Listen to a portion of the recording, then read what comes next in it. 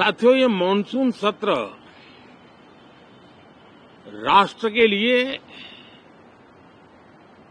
ये बहुत ही गौरवपूर्ण सत्र है। ये मॉनसून सत्र राष्ट्र के लिए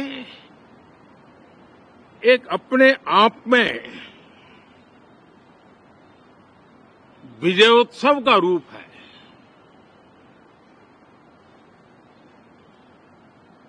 और जब मैं कहता हूं कि सत्र राष्ट्र गौरव और विजयोत्सव का सत्र है, तो सबसे पहले तो मैं पहली बार इंटरनेशनल स्पेस स्टेशन पर भारत का तिरंगा झंडा वहां लहराना, ये हर देशवासी के लिए गौरव की पल है। देश में साइंस टेक्नोलॉजी के प्रति, इनोवेशन के प्रति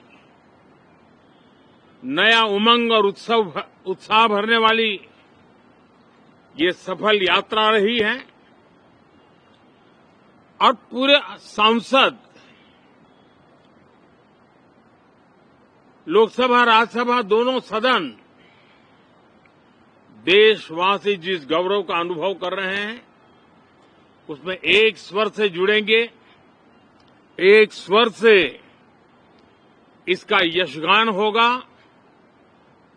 जो भारत को अंतरिक्ष में नई ऊंचाइयां पर पहुंचाने वाले जो भावी कार्यक्रम हैं, उनके लिए भी प्रेरक बनेगा, प्रोत्साहक बनेगा। साथियों, ये मॉनसून सत्र एक विजयोत्सव है। पूरी दुनिया ने भारत की सैन्य शक्ति का, भारत के सैन्य के सामर्थ्य का रूप देखा है। ऑपरेशन सिंदूर में भारत की सेना ने जो लक्ष्य निर्धारित किया था 100% अचीव किया।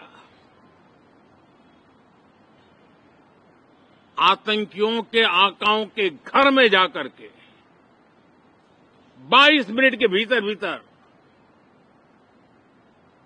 ऑपरेशन सिंदूर के तहत उसको जमींदोज कर दिया गया। और मैंने बिहार की एक कार्यक्रम में इसकी घोषणा की थी,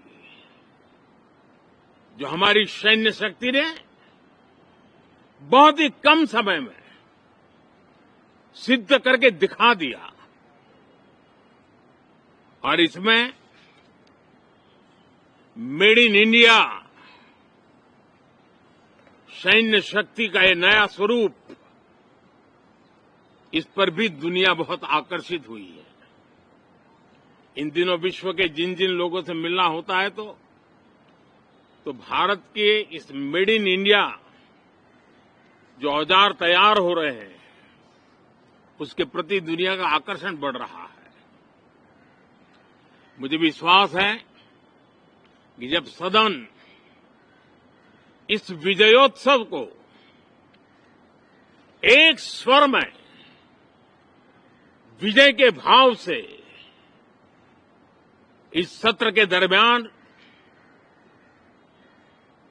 उन ओजस्वी तेजस्वी भावनाओं को प्रकट करेगा, तो भारत की सैन्य शक्ति को बल मिलेगा, प्रोत्साहन मिलेगा,